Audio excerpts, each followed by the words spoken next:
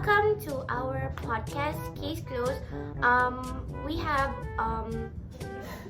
two guests, but one of them couldn't make it to the podcast due to some problems, which we'll be getting into that. Let me introduce the ones that are here. So, this is our guest, Fadila. This is our second host, Triwahyuni. Hi guys. And our third host, Laila. Hi. And our last guest is Manisha, but she, like I said, she isn't here due to some problems. And I'm your host, Ajana. And today we are going to be talking about murder cases in Geylang Bahru. We'll be investigating into one of the cases in Geylang Bahru, which is the Block 58 Geylang Bahru Case. So let me ask you guys, what do you guys heard? What do you guys know about the Geylang Bahru case? I don't know something. I don't know. It happened in Singapore, right? Mm-hmm. I don't know anything. I never heard any cases about Geylang Bahru before. Oh. So let me just give you a little bit about it. So it's basically an unsolved case. It's actually a really old case in Singapore. I think if you have a family member or anyone, your relative in during that case happened, during that time when that case was still fresh and popular, maybe ask your family or your relatives about this Geylang Bahru case they will be talking about, because your parents might have heard or know about this case. So let's get into it.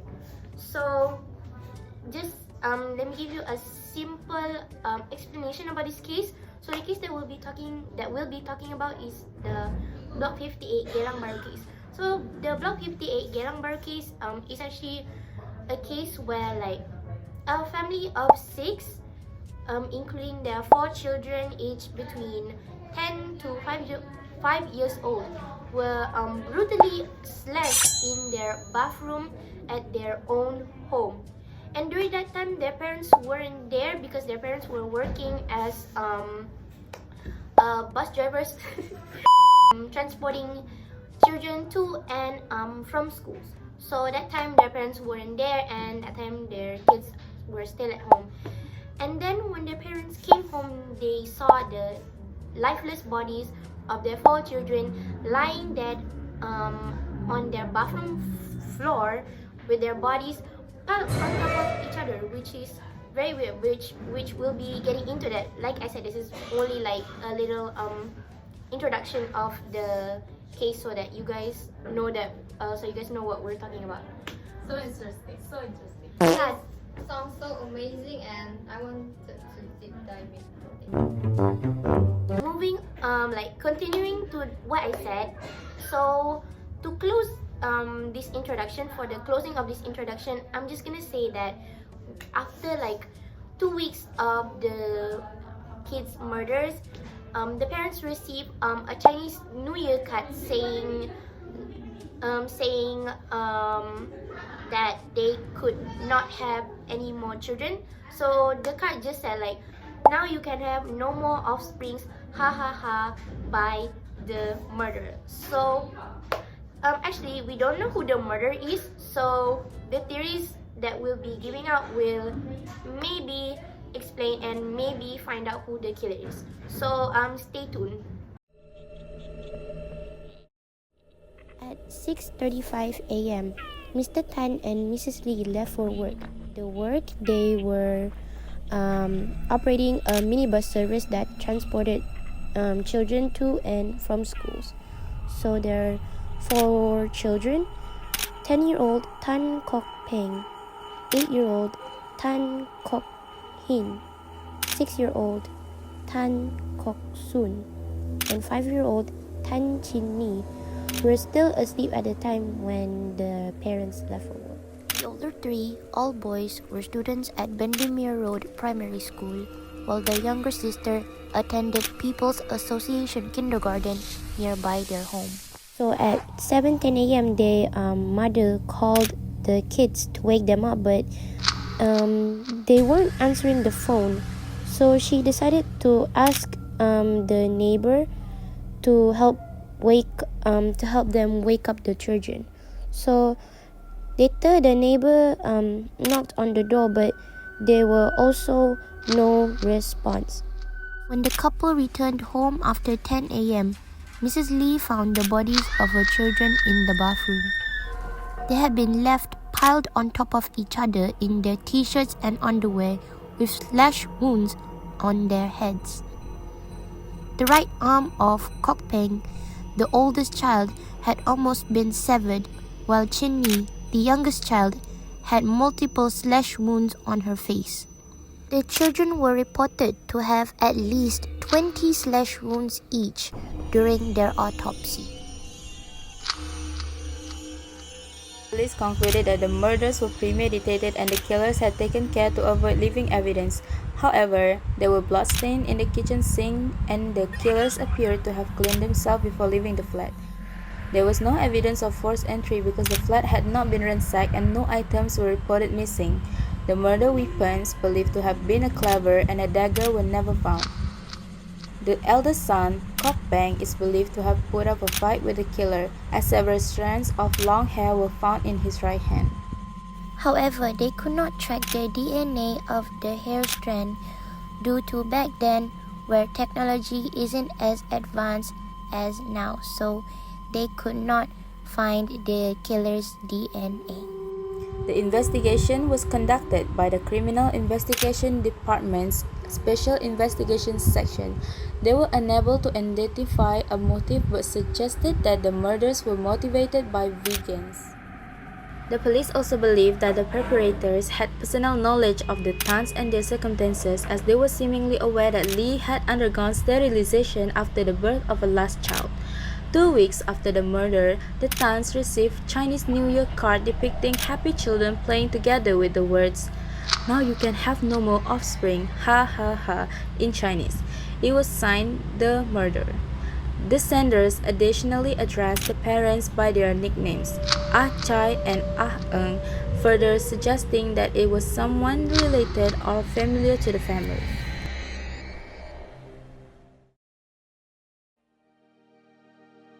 The children were buried on 7 January 1979 at Chua Chu Kang Cemetery, along with some of their belongings. Their parents subsequently ceased their minibus business and started working at a company that produced PVC materials. Lee managed to reverse the sterilization that she had undergone prior to the murder and gave birth to a healthy baby boy in December 1983, nearly 5 years after the incident. The couple later had a daughter. In 2004, True Files, a Singaporean crime show, reenacted the murders of the Tan children, and the adaptation was aired as the final episode of the show's 3rd season. In 2021, Shin Min Daily News revealed that Tan Quen Chai died a number of years before, and Lee Mei Ying was still alive in her 70s, living with her grandson. There was also new information received from an old neighbor's tip-off, which revived the investigation of the case. A 2022 crime show, Inside Crime Scene, reenacted the Geylang Bahru child murders and aired the adaptation as its 2nd episode.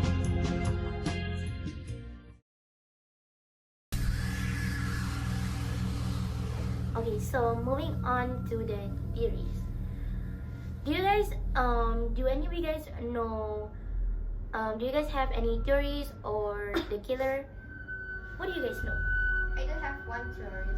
I think it was the mother scandal with Phil Jung. Really? Can you explain it? Explain it, Lan. Say that! I think the scandal was to take revenge because baby is jealous. Can you? So basically like the theory that Laila said is basically like the mother had some sort of affair with a guy, and after the guy found out that the mother had kids, the guy was probably jealous or upset. So as revenge, he murdered their children. Okay, so we're done with our first theory. There's actually more theories. So do you guys have any other theories? Actually, I have one theory. You know, there's a person that called uncle by the kids, right? He always comes like almost every day to their house to borrow a phone to call their family back in Malaysia, right? I think I heard lah from the comments. They said that this uncle used to ask their parents to buy a lottery card, right? And then the next day, the uncle called them asking, "Do you buy the lottery card?"